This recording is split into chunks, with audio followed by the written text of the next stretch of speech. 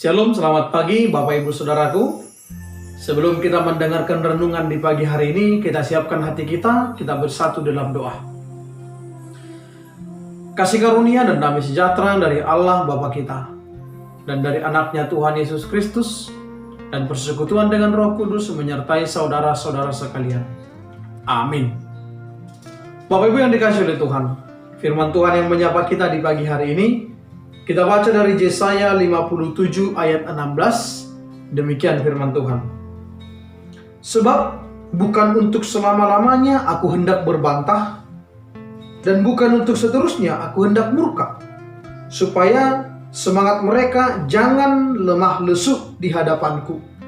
Padahal akulah yang membuat nafas kehidupan.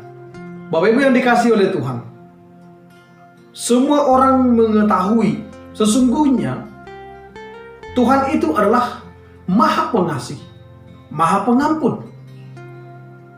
Namun bukan berarti sekalipun Dia Maha Pengasih, Dia mentoleransi segala dosa dan pelanggaran kita.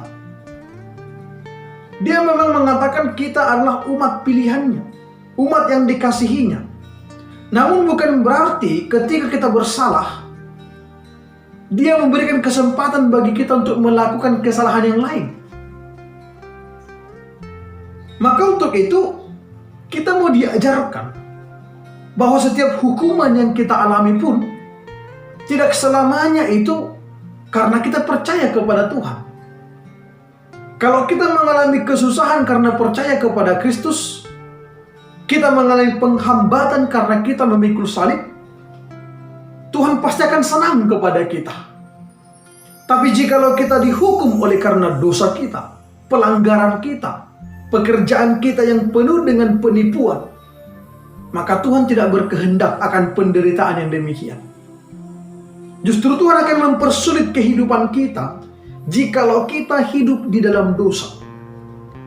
Hanya saja ada banyak orang mengatakan bahwa ketika dia mengalami kehidupan yang susah, mengalami kehidupan yang sulit, sementara dia rajin beribadah, rajin berdoa, banyak yang mengatakan Tuhan itu tidak adil.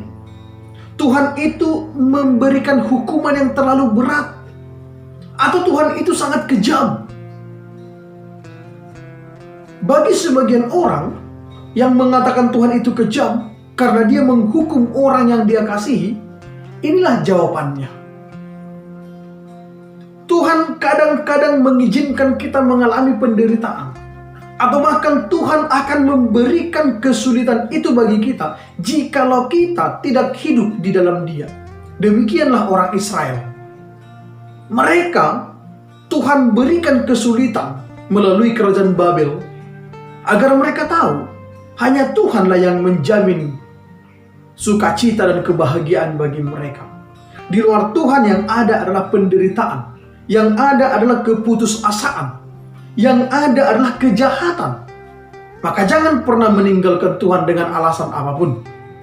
Akan tetapi, sekalipun Tuhan mengizinkan mereka mengalami kesusahan itu, bukan berarti Tuhan benci kepada mereka, tidak.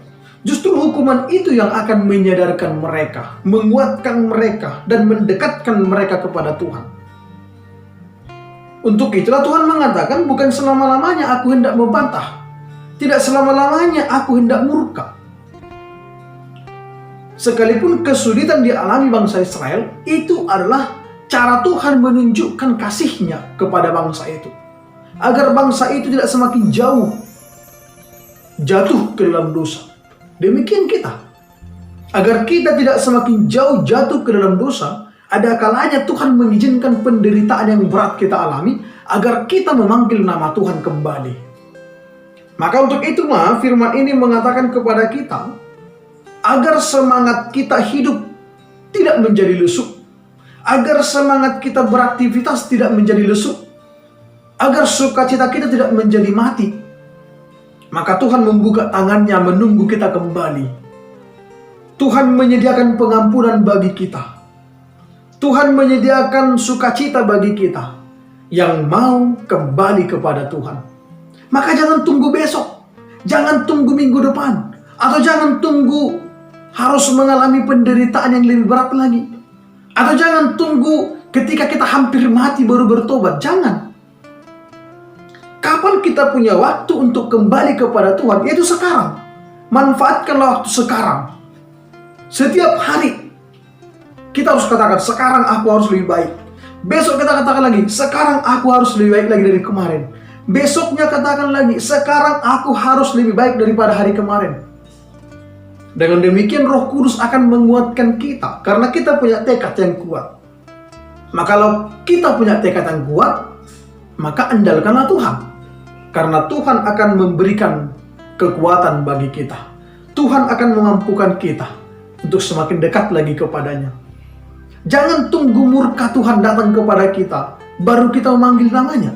Panggillah namanya sekarang. Panggillah namanya besok. Agar dengan demikian, di dalam nama Tuhan Yesuslah segala yang terbaik tersaji bagi kita. Di dalam Tuhan Yesuslah solusi terbaik dari segala masalah kita akan menjadi sukacita. Kalau hidup di dalam Tuhan penuh dengan berkat, buat apa kita hidup di luar Tuhan? Kalau hidup di luar Tuhan banyak tantangan, di luar Tuhan banyak penderitaan, maka lebih baik kita meninggalkan kehidupan yang di luar Tuhan itu, kita masuk ke dalam rancangan Tuhan. Sebab di dalam rancangan Tuhan, di sanalah kita mendapatkan segala yang terbaik. Dan pada akhirnya, surga sukacita itu tidak lagi hanya menjadi wacana, tidak lagi hanya angan-angan, tapi merupakan realita yang akan didapatkan setiap pengikut Kristus. Diberkatilah orang yang hidup di dalam Tuhan. Jikalau kita punya kesalahan, mohon ampunlah kepada Tuhan, sehingga murka Tuhan berlalu dari kita, berkat Tuhan mengalir bagi kita.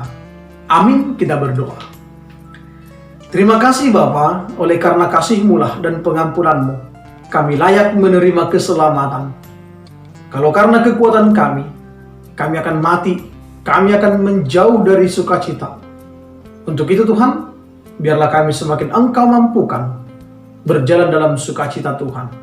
Dalam Yesus Kristus, kami yakin dan percaya sukacita dan berkat akan mengalir bagi hidup kami. Amin.